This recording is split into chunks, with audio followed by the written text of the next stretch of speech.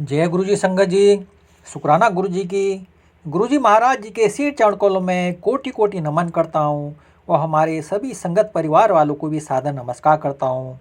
तो संगत जी, गुरु जी महाराज जी के दरबार में बहुत ही पुराने एक आंटी का ब्लेसिंग भरा सत्संग है।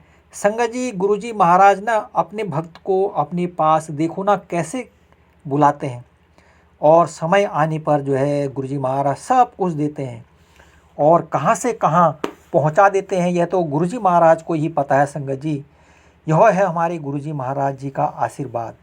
तो संगत जी, ऐसी एक आंटी का सत्संग है, आप इस सत्संग को जरूर सुने संगत जी। क्या पता संगत जी, इस सत्संग को सुनकर आपकी परेशानी भी दूर हो जाए और आपके प्रश्न का उत्तर इसमें मिल जाए संगत जी। तो संगत जी, सत्संग सुनाने से पहले मैं गुरु मंत्र का जप करता हूँ। ओम नमः शिवाय, शिव जी सदा सहाय। ओम नमः शिवाय, गुरु जी सदा सहाय। जय गुरु जी की, शुक्राना गुरु जी की। तो संगत जी, ये है आंटी का सत्संग, तो आप जरूर सुने संगत जी। पूरी गुरु जी की प्यारी प्यारी संगत को जय गुरु जी, कोटि कोटि प्रणाम गुरु जी, लखों बेअंत शुक्राने गुरु जी, बेअंत शुक्राना गुरु जी से आज मुझे आप सबके साथ ये सत्संग शेयर करने का हुक्म मिला। गुरु जी के साथ मेरी जर्नी 3-4 साल पहले शुरू हुई। हाँ, अम्बाला से हम हैं और अम्बाला मंडे को बंद होता है। तो मेरे हस्बैंड के एक दोस्त जो कि उनकी वाइफ गुरुजी को बहुत मानते थे, तो उन्होंने हमें बोला जैसे मंडे ऑफ होता है तो हर बार सोमवार को कहीं ना कहीं जाना होता है कि चलो एक मंडे है तो आउटिंग के लिए हम लोग निकलते हैं। तो उन्होंने बोला कि ऐसे ऐसे करके गुरुजी हैं, तो बहुत प्यारा दरबार है, मंदिर है, तो एक दिन आप भी हमारे साथ चलना। तो हमने मंडे पे प्रोग्राम उनके साथ बना लिया। मंडे को प्रोग्राम बना और सुबह हम लोगों ने 8 बजे निकलना था उनके साथ। उन्होंने बोला कि आप कभी गए नहीं हो, तो मेरा बेटा छोटा, उनका बेटा भी दोस्त है, तो हम मंडे को आपको ले लेंगे और हम वहाँ चलेंगे दोनों, वो हस्बैंड वाइफ, उनका बेटा और हम दोनों हस्बैंड वाइफ और हमारा बेटा। मंडे को सुबह हम लोग तैयार हो गए हैं जाने के लिए कि अभी भैया लोग आने वाले हैं गाड़ी लेके, हमें आज वहाँ जाना है। तो उनका कॉल आता है कि हमें तो कोई काम पड़ गया है तो मैं नहीं जा पाऊँगा, अगर आपको जाना ही है तो मेरी वाइफ को आप ले जाओ। तो मेरे हस्बैंड कहने लगे कि अब क्या करें, तो मैंने बोला नहीं, अगर अब प्रोग्राम बनाया है तो ज़रूर चलेंगे। हम लोगों ने अपनी गाड़ी उठाई। मुझे कुछ नहीं पता था कि हम जस्ट, गुरुजी जानते हैं सब सच, कि हम सिर्फ एक आउटिंग के लिए हम लोग निकले थे वहाँ पे जाने के लिए। जैसे ही रास्ते में हम लोग बैठे, हम लोग उनकी साथ, वो हमारे साथ बातें करते रहे और हमें बताते गए कि ऐसे मंदिर है, ऐसे गुरुजी हैं, गुरुजी थे, उनका ऐसे वहाँ पर ये है, आपकी गाड़ी अगर अंदर चली गई तो यू आर ब्लेस्ड।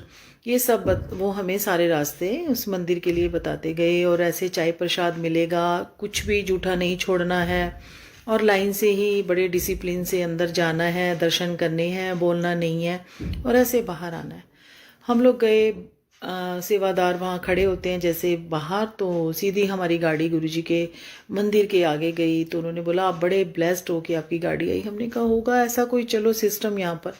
हम लोग वहाँ पहुँचे, मंदिर के अंदर सिस्टम से लाइन में लगे, अंदर बैठे, बहुत अच्छा वक्त दिया गुरुजी ने अपने साथ अंदर बैठने का। तो हम लोग बैठे, मेरे हस्बैंड भी आइज़ बंद करके, और मैं भी बैठ गई। बिल्कुल ध्यान नहीं लग रहा था। मंदिर के अंदर बैठने पर ही बहुत ज़्यादा सिर में दर्द हो रहा था और ऐसे लग रहा था कि जैसे यहाँ से ये ब्लास्ट हो जाएगा। और मेरे हस्बैंड भी बैठे थे, काफ़ी देर हम बैठे रहे। अंदर एक बेचैनी सी लग रही थी मुझे, सिर में दर्द हो रहा था। मैं राधा स्वामी फैमिली से बिलोंग करती हूँ और हमें भी जैसे मेडिटेशन का हुक्म है तो करते थे, ऐसा नहीं था कि मेडिटेशन में नहीं ध्यान लगता था, लेकिन वहाँ बैठ के इतना ज़्यादा सिर में दर्द हो रहा था कि बड़ी मुश्किल से जितनी भी देर गुरुजी ने हुक्म दिया हम बैठे वहाँ पे।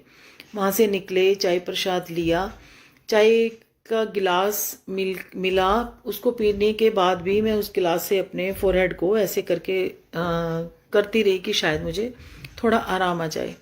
जब हम लोग दर्शन करे, हम लोग आउट वाली लाइन में बाहर आ रहे थे, तो सेवादारों ने मुझे इन वाली लाइन में डाल दिया कि आप मंदिर जाओ अंदर। तो मुझे कुछ समझ नहीं थी तब, कुछ नहीं पता था क्या मतलब है इसका, या क्या गुरुजी का हुक्म होता है, या क्या मौज है। तो मैंने बोला नहीं नहीं, हम अभी दर्शन करके आ चुके हैं। तो वो कहते अच्छा चलो ठीक है आंटी आप जाओ। हम लोग बाहर आ गए। मेरी फ्रेंड जो हमें लेके गए थे उन्होंने मुझसे पूछा कि आप पहली बार आए हो, तो क्या आपका एक्सपीरियंस रहा अंदर, क्या हुआ। पर मेरा बिल्कुल भी बात करने का मन नहीं कर रहा था। बस ऐसा लग रहा था कि बिल्कुल चुप रहूं कि सिर में बहुत दर्द हो रहा है। लेकिन मेरे हस्बैंड जो कि बहुत बहुत नास्तिक, कि किसी चीज़ को नहीं मानते, कभी मंदिर कभी गुरुद्वारे कहीं नहीं वो जाते थे, ना ही वो मानते थे किसी चीज़ को। तो वो जैसे ही मंदिर से दर्शन करके हम लोग बाहर निकलते हैं, बाहर आते हैं, गाड़ी के पास जाते हैं, तो वो एक ही शब्द उनके मुंह से निकलता है कि सुमन यहाँ पर तो कुछ है, कोई ऐसी शक्ति है। और मुझे तो पता ही नहीं जब मैं मंदिर में था कि मैं वहां पर था, मैं तो कहीं और था। उनके मुख से ये सब सुनकर मुझे बड़ा अजीब लगा, लेकिन फिर भी मैंने यही बोला कि होगा, चलो ठीक है। तो बाहर निकलने के बाद ही मेरे बेटा बॉम्बे था उस टाइम पे और बिटिया नोएडा थी, बड़े बच्चे मेरे दोनों।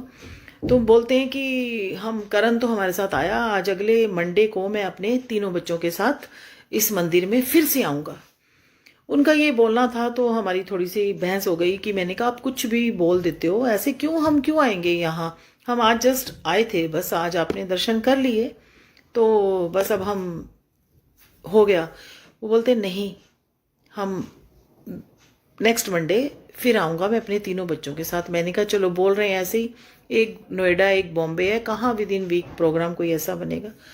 पर सच में मैं नहीं जानती थी कि गुरुजी का क्या करिश्मा था, गुरुजी का क्या कमाल था कि नेक्स्ट मंडे के बीच में ही, नेक्स्ट एक मंडे हम दर्शन करके आए हैं, अगले मंडे ही मेरे दोनों बच्चों का प्रोग्राम बना और वो लोग अम्बाला आ गए। और मंडे को ही, नेक्स्ट मंडे हम लोग खुद से, कोई हमारे साथ इनका कोई फ्रेंड नहीं था, कोई नहीं था, हम पूरी फैमिली, तीनों मेरे बच्चे और मेरे हस्बैंड और मैं, हम लोग गुरुजी के मंदिर में थे।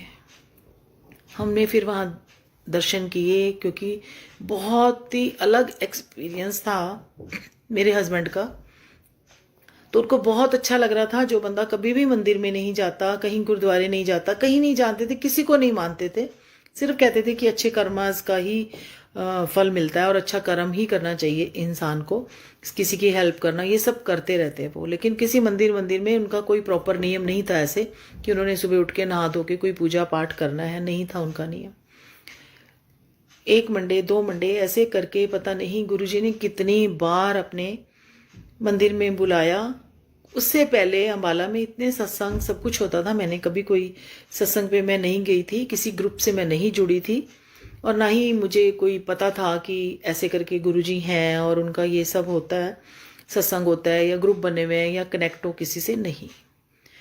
जुड़ते गए गुरुजी, कैसे जोड़ते गए, एक साल की जर्नी में, शॉर्ट फॉर्म में मैं आपको बता रही हूँ कि मैंने बिलीव नहीं किया गुरुजी जानते हैं, लेकिन गुरुजी ने हर बार एक एक लेयर, एक एक लेयर, एक एक लेयर हटा कर दिखाया, एक एक चीज़ समझाई ऐसे, क्योंकि उन्होंने बाजू पकड़ी थी, उसके लिए कोटि कोटि शुक्राना गुरुजी आपका। वो दिखाते गए। उसके बाद भी सत्संग यहाँ पता चलते थे, होते हैं, लेकिन कभी ऐसा नहीं हुआ कि मैं गुरुजी के सत्संग में जाऊं। एक दिन की बात है कि मन में इतनी बेचैनी हो रही थी, इतनी बेचैनी हो रही थी, तो एक ग्रुप में प्रीति वर्मा आंटी ने मुझे मेंबर बनाया था, बीच में ज्वाइन कराया था, लेकिन मैंने कभी वो ग्रुप ऐसे मैं सच खोलती नहीं थी। सत्संग के बड़े मैसेज आते थे कि आज वहाँ है, आज वहाँ है, तो लेकिन मैंने कभी ध्यान नहीं दिया था। उस दिन जैसे ही सुबह मैं उठी, ऐसे चांस है कि उसको खोलते हुए स्क्रॉल किया, तो वो उसमें एक अम्बेसी में होटल है एक यहाँ पूरन पैलेस में, वहाँ पे एक सानीज है, नाम आया हुआ था कि सत्संग है। तो सत्संग मन में, और सुबह से ही बेचैनी हो रही थी कि मुझे आज सत्संग जाना है। तो जैसे उस दिन फ्रिज हमारा ख़राब था, तो जैसे ही मैं सत्संग के लिए निकलने के लिए तैयार हो रही थी, तो एकदम से फ्रिज वाला इतने दिनों से आ नहीं रहा था, आ गया। मैंने अपने हस्बैंड को कॉल किया, मैंने कहा आज मेरा मन था मैं ऐसे सत्संग में जाऊं और आज आपका ये आ गया। तो उन्होंने कहा कोई बात नहीं, मैं सर्वेंट भेज देता हूँ, वो ठीक करा लेगा, तेरा मन है तो जा। जैसे करके 5 बजे, 4 बजे, 4 से 6 सत्संग था, मैं 5, सवा 5 बजे मैं वहाँ पहुँचती हूँ। मुझे नहीं पता क्या सिस्टम है, क्या वो है, बस मन में आ रहा था, आज गुरुजी ने खींचा था उस दिन बड़ी अच्छी तरह से कि आज तुझे आना है, देखता हूँ कैसे नहीं आती। वहाँ पे जब मैं जाती हूँ तो गुरबानी के शब्द बड़े ही प्यारे, बड़े ही सुंदर शब्द चल रहे थे। वहाँ संगत बैठी थी, बहुत अम्बाला में काफ़ी नॉन है, सब एक दूसरे को जानते हैं, तो काफ़ी नॉन संगत थी, माथा टेका, शांति थी बड़ी। वहाँ पर दर्शन किए, गुरुजी के सत्संग में बैठी, पता ही नहीं चला कि वो 40-45 मिनट का सत्संग जो भी सुनने को गुरुजी ने दिया, तो वो कैसे बीत गए नहीं पता चला। इतना अंदर तक इतनी शांति और इतना आनंद से भर दिया था गुरुजी ने। घर आई तो मन, आत्मा सब इतना शांत था, वो जो एक बेचैनी लगी हुई थी वो शांत हो चुकी थी और बहुत अच्छा लग रहा था। उसके बाद फिर सोचा कि बस अब आज जाना था, चली गई, बस आज के बाद ऐसे नहीं जाऊंगी मैं सत्संग में, बस हो गया।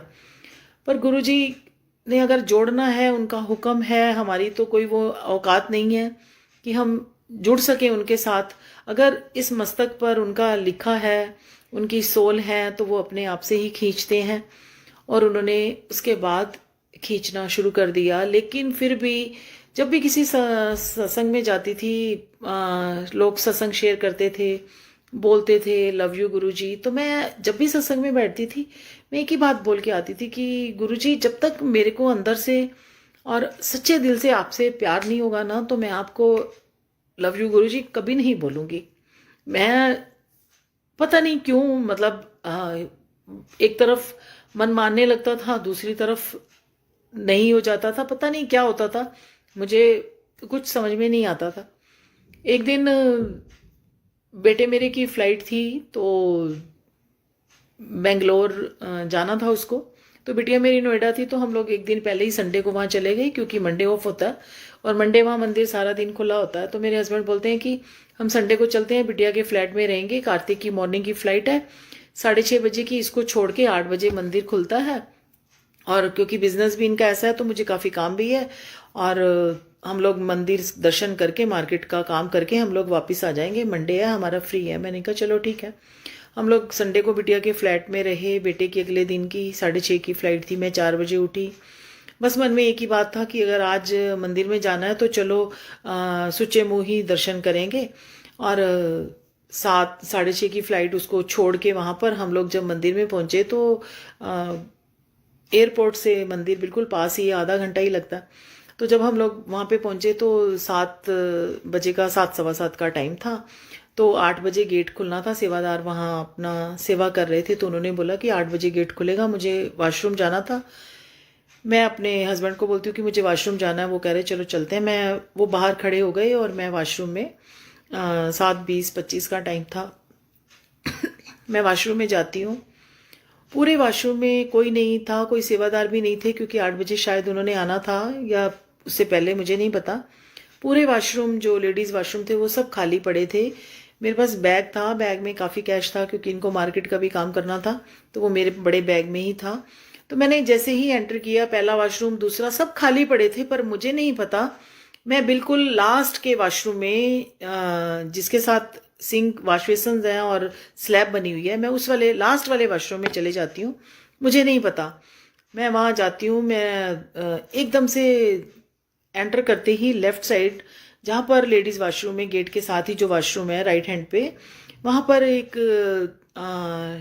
लेडी बैठी है चेयर पे, और ऐसे उसने किया हुआ है, और सांवला सा उसका रंग था, और चेहरे पे चंदन का तिलक था, और साथ में दूसरा तिलक था। इतना नूर था उस चेहरे पे। मुझे नहीं पता, मैं जैसे ही एंटर करा मैंने एकदम से उनको ये बोला, हाँ आप यहाँ बैठे हो? वो कहते हैं हाँ जी मैं यहाँ बैठी हूँ। और मैं उनके साथ देख के, मेरा तो बिल्कुल कुछ नहीं मुझे पता, बस मैंने उनके साथ बातें करनी शुरू करी। आप यहाँ मुझे वॉशरूम जाना था तो मैंने बोला कि बैग में काफ़ी कैश था, तो मैंने जैसे ही उनकी तरफ देखा कि बैग बाहर स्लैब पे रखूं, फिर उनका एकदम से अंदर से ही आवाज़ आती कि यार नहीं, इनके चेहरे पे तो बड़ा नूर है, इन्होंने, मैं बैग यहीं रख देती हूँ। मैंने कहा मैं बैग यहाँ रख दूँ, मैं वॉशरूम। वो कहते हाँ आप जाओ। लास्ट वाला सॉरी, बिल्कुल मैंने टॉयलेट यूज़ किया। मैंने वहाँ हाथ नहीं, मैंने देखा है वहाँ बड़े मंदिर में कि वहाँ पर सेवादार जो होते हैं वो लास्ट जो वॉश बेसिन है वहाँ पे हाथ नहीं धोने देते हैं। मैंने को अंदर से मैंने उनसे पूछा, मैंने कहा मैं यहाँ हाथ धो लूँ? कहते हैं हाँ हाँ आप हाथ धो लो। मैंने वहाँ हाथ धोए और उसके बाद मैंने उनके साथ जब बातें करनी शुरू की, आप कहाँ से आए? कह रहे बस यहीं से यहीं से। मैंने कहा अच्छा तो आप यहाँ पर काम करते हो? कहते हैं हाँ जी। तो मैं उनसे बातें कर रही हूँ कि अच्छा आपको काम के पैसे मिलते हो? कहते हैं हाँ, और क्या, बिना पैसों के आज के टाइम में कौन काम करता है? मैंने कहा अच्छा आप कब से कर रहे हो?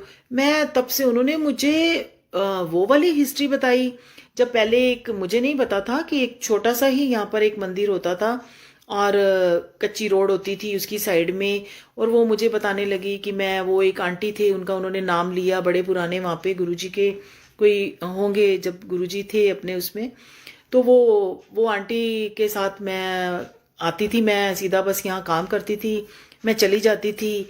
और लेकिन मैं कभी गुरुजी के मंदिर में अंदर माथा टेकने नहीं जाती थी।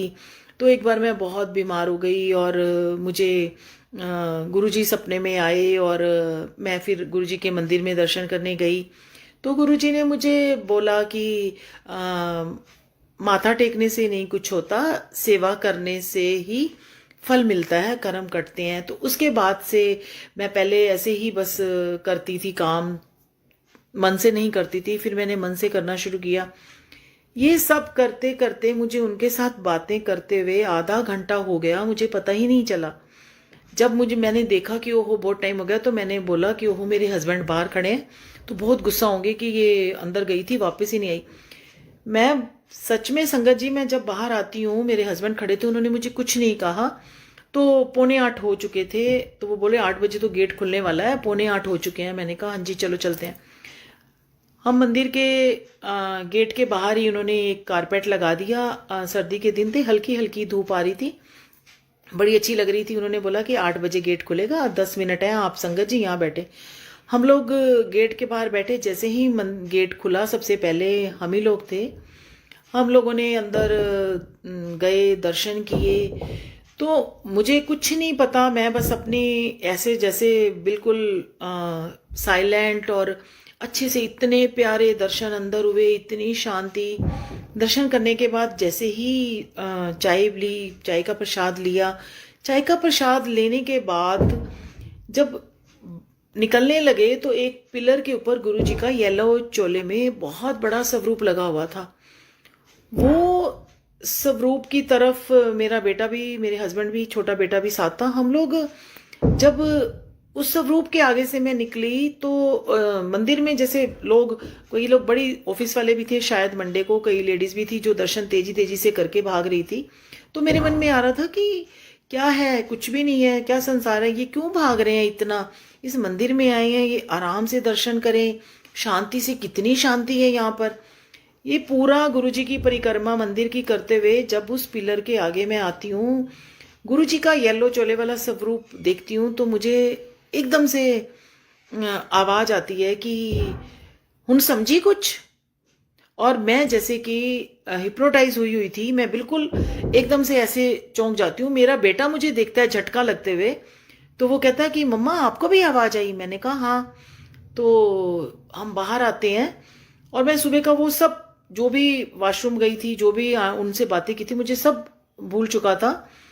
तो बस एक ही चेहरा ध्यान था कि उन्होंने जो उस लेडी ने एक बहुत पुराना ऐसे लाइनिंग वाला पुरानी वूल का जैसे 2 जोड़ के बनाया होता है वो पहना हुआ था। जैसे ही मैं बाहर आती हूँ एकदम से झटका लगता है। बाहर आते हैं, निकल के गाड़ी में बैठते हैं, तो मेरे हस्बैंड बोलते हैं कि तुम, करण आगे बैठ जाएगा, तुम पीछे बैठ जाओ, सुबह से उठी हुई हो और आराम से तुम लेट जाना। लेकिन मैंने बीच में ऐसे सीट पे रख के मैंने उनको बोला, मैंने कहा यार सुबह वहां गाड़ी में बैठ के मुझे ध्यान आया कि सुबह वाला जो सारा कुछ हुआ था कि वो तो वहां पर तो कोई ऐसे पेड काम ही नहीं करता, वहां पे तो सब सेवादार सेवा करते हैं। तो वो मुझे जो लेडी मिली थी वो कौन था, और वो सब कुछ मेरे दिमाग में पूरा सुबह वाला जो सीन है वो सब बिल्कुल रिकॉल हो गया। और मैंने अपने हस्बैंड को बताया तो मैंने कहा क्या वो गुरुजी थे, मुझे गुरुजी ने दर्शन दिए। इन दोनों ने सत्संग मेरा सुना, ये बोलना सब, लेकिन मुझे चैन नहीं था। हम लोगों ने दिल्ली जो भी काम था इनका किया, हम घर वापस आए तो प्रीति वर्मा आंटी, उनको मैंने आते ही फोन किया। मैंने कहा आंटी आज मेरे साथ ऐसे ऐसे हुआ। तो आंटी कहने लगी कि आपको तो गुरुजी ने दर्शन दिए। मैंने कहा नहीं आंटी मुझे नहीं पता, आप मुझे पता करके बताओ कि वहां पर क्या कोई ऐसे पेड एम्प्लॉय हैं वहां पर जो वॉशरूम में सेवा वगैरह करते हैं।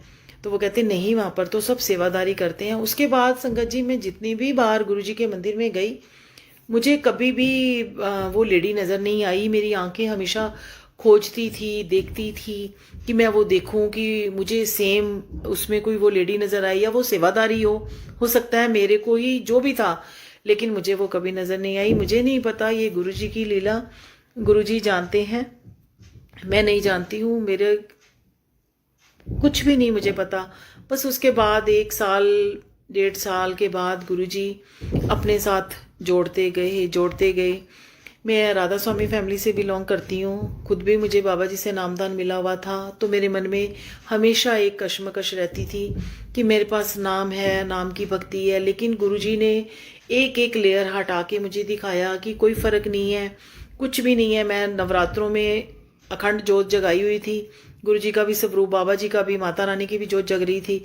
तो मैं जैसे ही 1 घंटे का सत्संग लगाकर मैं पाठ करती थी तो वो जैसे ही वो सत्संग खत्म होता था तो कोई ना कोई सत्संग ऐसा, जैसे आज मुझे मौका दिया गुरुजी ने शेयर करने का, तो ऐसा किसी ना किसी संगत का सत्संग कैसे चल जाता था जिसमें कि जो मेरे क्वेश्चन होते थे, जो मेरे अंदर हलचल मची होती थी, मुझे उनके आंसर उसमें मिल जाते थे। ये गुरुजी जानते हैं। 1-1.5 साल के बाद, उसके बाद मेरी बिटिया बड़ी हो गई थी तो हम लोग उसके लिए शादी का प्लान कर रहे थे। हमें डुगरी सेवा का मौका मिला, हम लोग डुगरी गए। तो सुबह हम बैठे थे वहां पर, तो नीचे एक अंकल आए, कहते आंटी आप सेवा करोगे? हमने कहा हाँ जी। वो कहते चलो ऊपर चलो गुरुजी के दरबार में। गुरुजी के दरबार में गए तो वहां पर दिल्ली से संगत आई हुई थी जो कि सेवा कर रही थी।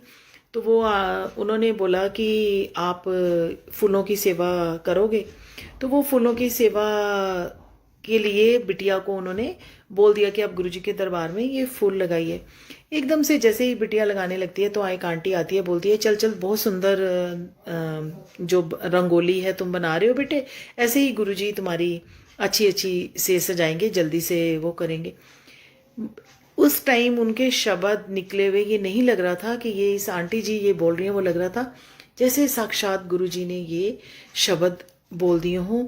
उसके थोड़े टाइम बाद ही बिटिया का रिश्ता हो जाता है और शादी हो जाती है। शादी में मैंने बोला अपने हस्बैंड को कि मुझे गुरुजी का दरबार लगाना है। हम लोगों ने बाहर जाके की थी, होटल में रहे थे हम लोग 3-4 दिन पैलेस में। तो वहाँ पर मैंने गुरुजी का स्वरूप रखकर रूम में, डुप्लेक्स रूम था उसमें, मैंने गुरुजी की जोत जगाई। शादी में गुरुजी का दरबार लगा।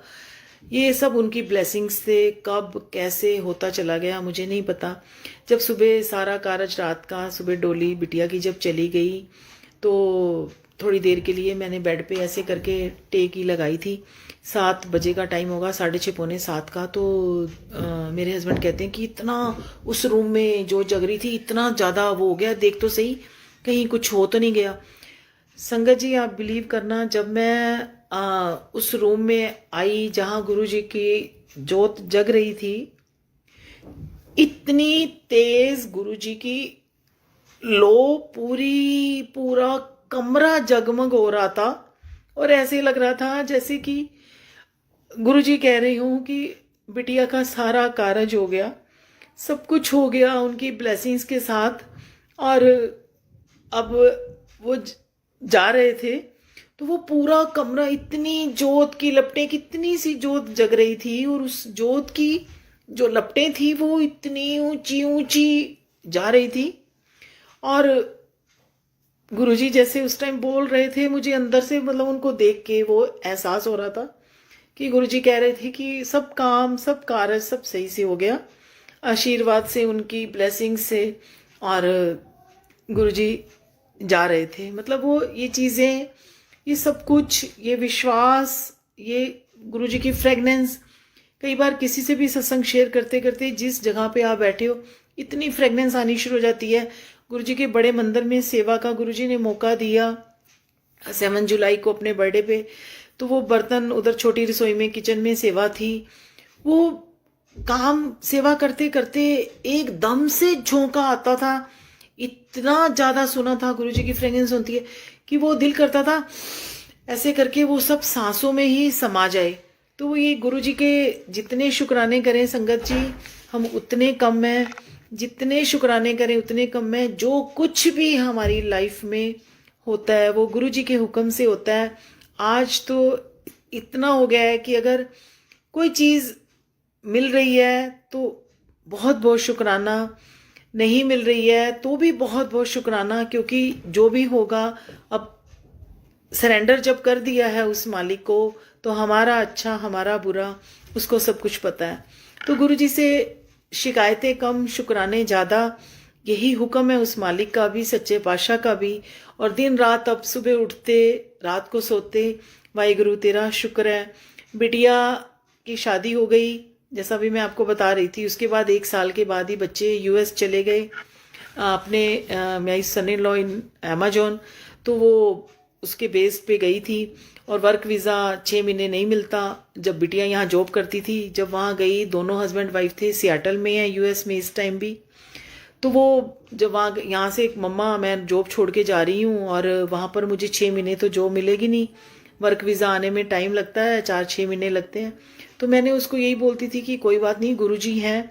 और जब एकदम से जो बच्चा कभी ऐसे बाहर ना रहा हो, अपने से दूर, वो शादी के बाद यूएस जब 1 साल बाद ही चली गई, तो गुरुजी से प्रे की कि गुरुजी आपकी बच्ची है, आपको पता है हम जहाँ नहीं पहुँच सकते, आप वहाँ हर जगह पर हो। तो वो हमेशा मुझे कहती थी, मम्मा आप कहते हो ना गुरुजी बहुत सुनते हैं, तो मेरी जॉब का, मैंने कहा तू सिर्फ कुछ टेंशन मत कर बेटा, देखना सब करेंगे गुरुजी। सबसे पहले तो तुम ये पता करो वहाँ पर कि मैंने सुना था कि हर जगह पर गुरुजी की संगत है, हर जगह पे गुरुजी के सत्संग होते हैं। तो बेटा आप पढ़े लिखे हो, आप एक बार सर्च करके देखो। उसने सर्च किया तो एक पता चला, एक आंटी का नंबर था, उसने उस आंटी को कॉल किया। तो उस आंटी ने बोला कि हाँ बेटा, यहाँ पे बिल्कुल सियाटल में जहाँ मेरी बिटिया रहती है, उससे घर से 10-12 मिनट का ही रास्ता था। तो उसने बोला कि बेटा मैं आपको ग्रुप में ऐड करती हूँ और फिर उसके बाद आपके पास सत्संग का मैसेज आ जाया करेगा। गुरुजी ने उसको ग्रुप में जुड़वा दिया, उसने सत्संग पे जाना शुरू कर दिया।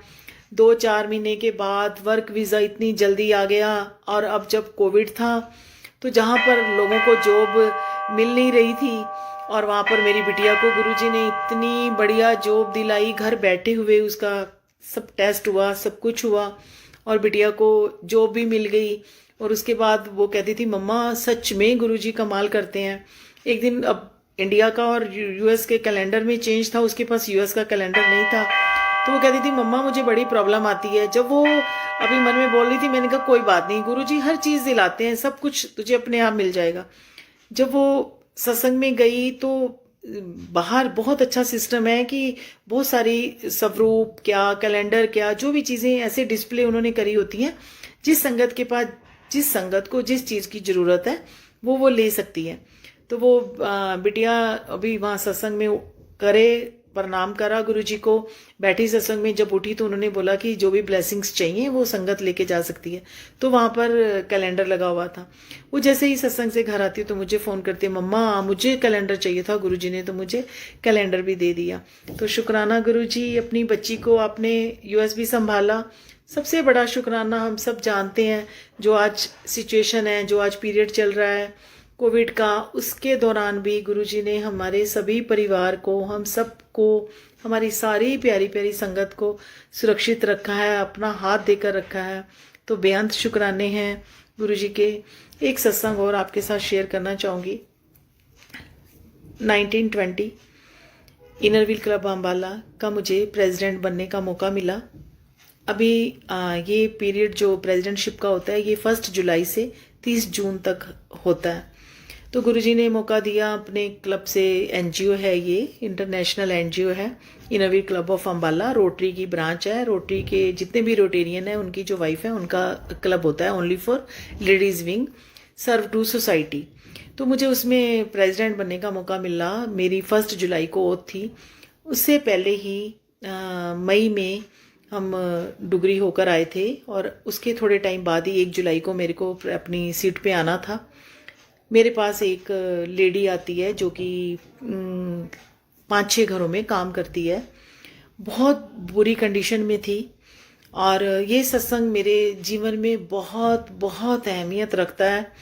सत्संग तो गुरुजी के सारे ही ऐसे हैं कि सुबह से रात हो जाए करते करते, पर ये सत्संग सच में कमाल का सत्संग है।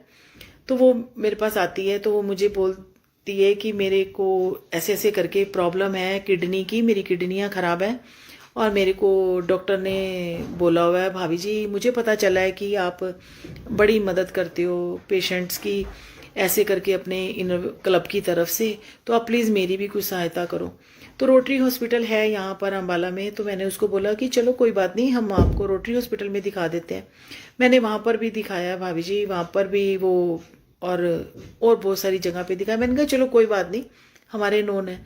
मैं उसको संगत जी हॉस्पिटल लेकर जाती हूँ। अभी मैंने उसको बोला कि अभी मेरी 1 जुलाई से प्रेसिडेंटशिप आने वाली है, तो जो पहले वाली प्रेसिडेंट है मैं उसको बोलती हूँ। उसने बोला कि मेरे पास 1 ही महीना रह गया है, मैं इतनी मदद कहाँ कर पाऊंगी, फंड भी लास्ट में ख़त्म हो जाते हैं चैरिटी करके। तो सुमन तुम जब अपने वाला टाइम आएगा देख लेना। तो वो एकदम से बोलती है कि आप 1 जुलाई तक मैं वेट करूंगी, मैं तो मर जाऊंगी तब तक। तो मुझे ऐसे लग रहा था जैसे गुरुजी परीक्षा लेते हैं ना, तो वो शायद मेरा भी ये कोई वो है। मैं उसको रोटरी हॉस्पिटल में जैसे ही लेके जाती हूँ तो वो डॉक्टर साहब बोलते हैं कि इसकी एक किडनी तो बिल्कुल डैमेज है, लेकिन जो दूसरी किडनी है उसके अंदर इतना बड़ा स्टोन है, और स्टोन भी ऐसी जगह पर है कि जहां पर हम दूरबीन ले जाके भी सर्जरी इसकी नहीं कर सकते हैं, और gall bladder is also full of stones. मेरे लिए ये सब सुनना, और उस पेशेंट की हालत इतनी क्रिटिकल थी, वो इतनी वीक हो चुकी थी, उसका फीवर उतरता नहीं था, क्योंकि जो उसकी डैमेज किडनी थी उसने पस बनाकर अंदर इन्फेक्शन करके फैला दिया था, और उसकी हालत बहुत नाजुक थी, और उसको उस इन्फेक्शन की वजह से उसको फीवर चढ़ना मतलब लगातार चढ़ रहा था।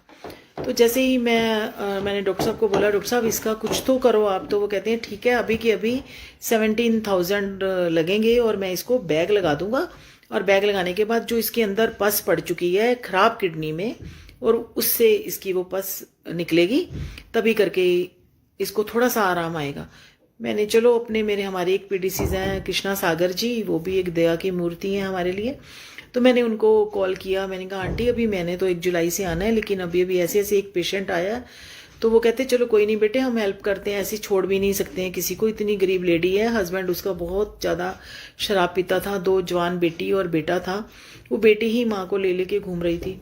तो हमने चलो जैसे उसका वो बैग लगवाया और उसको करा।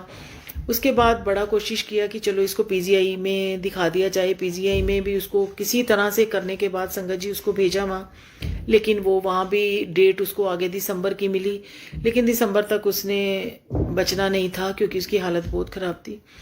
अब सुबह उठती थी, सबसे पहले गुरुजी के स्वरूप के पास जाकर ये अरदास करती थी, गुरुजी आप प्लीज़ इसको ठीक करो पेशेंट को, तो अगर आपने इसको बचाना है तो ही मेरे पास आई है ना ये। बस वो गुरुजी ने क्या कमाल किया, वो डॉक्टर साहब से मिले, वो बोलते इतना खर्चा आगा, लेकिन इसकी किडनी में जो स्टोन है पहले उसको रिमूव करना पड़ेगा। रिमूव, एक किडनी बिल्कुल डैमेज है, gall bladder full of stones है, दूसरी किडनी में इतना बड़ा स्टोन है जहां पर कि दूरबीन भी नहीं जा सकती, तो क्या बनेगा। अपने जो रोटेरियन ब्रदर्स हैं, सारे रोटरी क्लब के मेंबर हैं, उनसे बात की। वो कहें ये पेशेंट हमारे पास आया था, बहुत क्रिटिकल था, हमने इसको छोड़ दिया था, आप प्लीज़ इसके साथ मत लगें। मुझे ये लगता था कि नहीं, ये गुरुजी ने मेरे पास इसको किसी ना किसी कारण से ही भेजा है। तो मैं कहती थी गुरुजी अगर आपने इसका जीवन दान देना है इसको, तो प्लीज़ मुझे रास्ता दिखाओ, मेरी मदद करो। मैंने अपने सर्कल में सबको बोला कि ऐसे ऐसे एक पेशेंट है, फंड की ज़रूरत है। मुझे कहाँ से कैसे मदद आई मैं नहीं जानती, ये गुरुजी जानते हैं, देने वाले बैठे हैं। सबसे बड़ा अमेजिंग जो पार्ट था वो ये था कि जब उसका दोबारा अल्ट्रासाउंड उसका हुआ, पूरा ऑपरेशन के लिए तैयारी हो चुकी थी उसका स्टोन निकालने के लिए। जब दोबारा उसको अल्ट्रासाउंड के लिए लेके गए कि एग्जैक्ट लोकेशन देखें, जब लेके गए तो वहाँ पर कोई स्टोन ही नहीं था। इस 1-1.5 महीने में उसके कोई वो स्टोन कहाँ गायब हुआ ये गुरुजी जानते हैं, मैं नहीं जानती। ये गुरुजी ने ऐसा कमाल किया कि वो उसकी डैमेज किडनी की सर्जरी कराई, हमने उसको बाहर निकलवाया। 2 महीने बाद उसकी दूसरी सर्जरी हुई जो कि गॉल ब्लैडर की थी, फुल ऑफ स्टोन्स था। आज वो जब भी मिलती है उसके बाद सबसे पहले ये कहती है, मैंने उसको गुरुजी का जल दिया, मैंने कहा जब तक आप हॉस्पिटल में एडमिट हो, ये सब में 2-3 महीने लग गए। मई से हम उसके साथ लगे थे, मई जून जुलाई 29 को उसकी लास्ट सर्जरी हुई, हॉस्पिटल से वो डिस्चार्ज हुई और आज वो बिल्कुल अपने बच्चों के साथ ठीक है।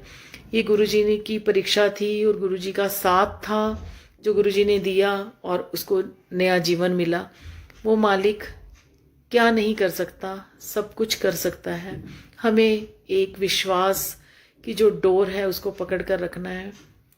जैसे एक लेडी अपने हस्बैंड से हमेशा कंप्लेंट करती है, आप मेरा ध्यान नहीं रखते, आपको मेरी कोई ज़रूरत नहीं है, मैं आपके लिए कोई अहमियत नहीं रखती। वो लड़ती रहती है दिन रात। एक रात को सोए हुए उस लेडी के सीने पर सांप होता है। हस्बैंड की एकदम से नींद खुलती है और वो उस सांप को उठाकर बाहर फेंक देता है, लेकिन वाइफ को पता भी नहीं है कि मेरे हस्बैंड ने मेरी जान बचाई है। इसी तरह से ही हमारे गुरुजी हैं जो कि हमें नहीं पता किन किन मुसीबतों से, किन किन संकटों से कैसे हमें मुक्त कर देते हैं, हमें बचा देते हैं। हम सिर्फ अपने आज की किताब को, एक पन्ने को जानते हैं। उनके पास हमारी पूरी बुक है, उनको सब कुछ पता है हमारे लिए क्या अच्छा है, हमारे लिए क्या बुरा है। जो भी होता है हमारे अच्छे के लिए ही होता है। अगर हमने ये मान लिया और दिन रात सिर्फ शुक्राना करना सीख लिया और एक ही अरदास गुरुजी के आगे कि गुरुजी जो मुझे अच्छा लगे मत देना, जो आपको मेरे लिए अच्छा लगे आप मुझे वही देना। जिस घर को मैं हमेशा चाहती थी कि एक गुरु घर बने, इसमें शब्द हो, इसमें पाठ हो, मेरे हस्बैंड माने, बच्चे सेवा में लगे। जो मेरा छोटा बेटा जिसकी मैंने आपको बताया मंदिर में मेरे साथ गया था, वो भी बड़ा हो रहा था। मुझे एक ही रहती थी चिंता कि मेरे घर के सभी परिवार के लोग उधर सेवा में जाते हैं, सेवा करते हैं, मेरे घर में ये वाला माहौल नहीं था। लेकिन गुरुजी ने मेरे घर में ये वाला माहौल बख्शा और अपने साथ जोड़ा, अपनी सेवा में लगाया। मेरे हस्बैंड जो किसी चीज़ को नहीं मानते थे, आज बड़े मंदिर में गुरुजी ने कई बार उनको बुलाया, अपनी सेवा ली। यहाँ भी अगर कहीं सत्संग हो, उनको बुलावा आया हो, वो गए हो और अगर सेवा करने का मौका गुरुजी दें तो वो जरूर करते हैं। ये गुरुजी के हुक्म के साथ ही होता है। तो यही कहेंगे गुरुजी हमारी गलतियों को अपने बच्चे समझकर माफ़ कर देना और हर पल हर क्षण आपका शुक्राना गुरुजी। आज आपने ये हुक्म दिया, आपका हुक्म सर माथे पर, जो मैंने सत्संग शेयर किया, कोई भूल हो गई हो तो क्षमा कर देना। जय गुरुजी, शुक्राना गुरुजी, गुरुजी की प्यारी संगत को जय गुरुजी, अनंतम अनंतम प्रणाम गुरुजी, कोटि कोटि शुक्राना गुरुजी, जय गुरुजी।